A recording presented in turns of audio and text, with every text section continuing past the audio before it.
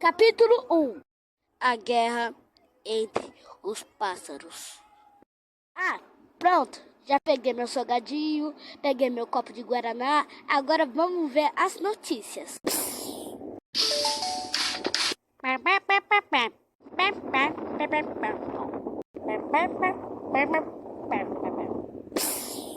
Guerra entre os pássaros? Duvido isso.